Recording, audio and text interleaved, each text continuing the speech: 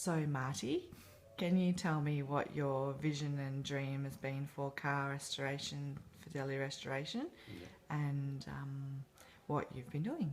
Okay. Fadelli Restoration's automotive-based car restorations. I want it to be not just restoration of cars, but restoration of lives as well. So at the moment, currently Fadelli Restorations, we do mentoring programs. We do a mental health program. I actually involve my clients during the car restoration process, so they can actually come in and we can chat as well.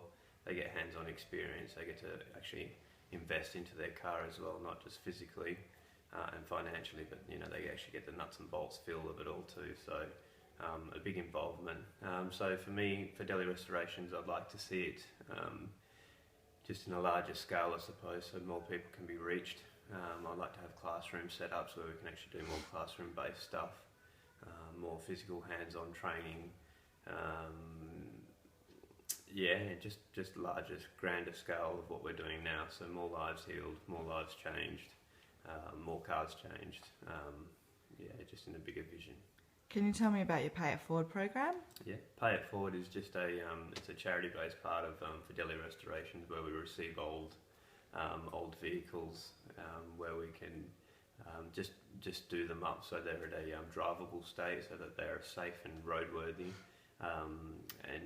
and then we just pay them forward, meaning that we just bless people who aren't in a financial position who can afford a vehicle. We actually just gift them the vehicle. And then it's up to them from there on. So it's just a blessing system, really. The rules are that once they receive a gift of a car, they have to bless somebody else. It could be something as small as buying them a coffee or giving someone a hug during that day or whatever. So it's just a Pay It Forward program. So they get gifted a car, and then all they need to do is gift someone else a blessing. So.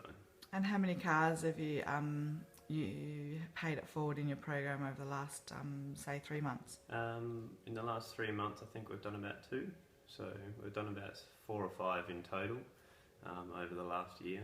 So it's a bit of a slow process, but it's all due to finances. So when I have the finances to step forward and move on to these cars, well, that's when I can go ahead and do it. So it is a bit of a slow process, but it is a huge blessing. And can you tell me a little bit about the car restoration program that you've been doing with the at-risk youth in the community? Yeah, so that's a mental health program that we run called Restos. So we teach them the restoration process of restoring a vehicle, but we actually correlate it very closely to our mental health. So we use the psychological terms, and we actually refer it into the car restoration process to make it a little bit easier to understand. So faulty beliefs, just like the rust on a vehicle. So we show them how to remove the rust out of a vehicle, but we also teach them how to remove the faulty beliefs or the wrong beliefs in their mind. So it's just a resourcing tool for the young guys, so that they can hopefully get themselves into a better place and a better position of thinking. And so as you're doing all of these extra things that have been placed on your heart, does that take away from your work time? It does a little bit. Everything I do is on an hourly rate in the workshop. So when I am pulled aside to do these mentoring programs or these restoration programs, it is unfortunately a bit of a financial hit to us at Fadelli Restorations. But that's just part of the calling, I believe. That's where we have to. That's where we're trying to get a drive, I suppose, and trying to raise funding, I suppose, for that sort of aspect of it, just so the business can continue going. But there's also more focus then on the kids as well, which is where we want to be. We want to be making sure that the young people in there are actually getting the full experience.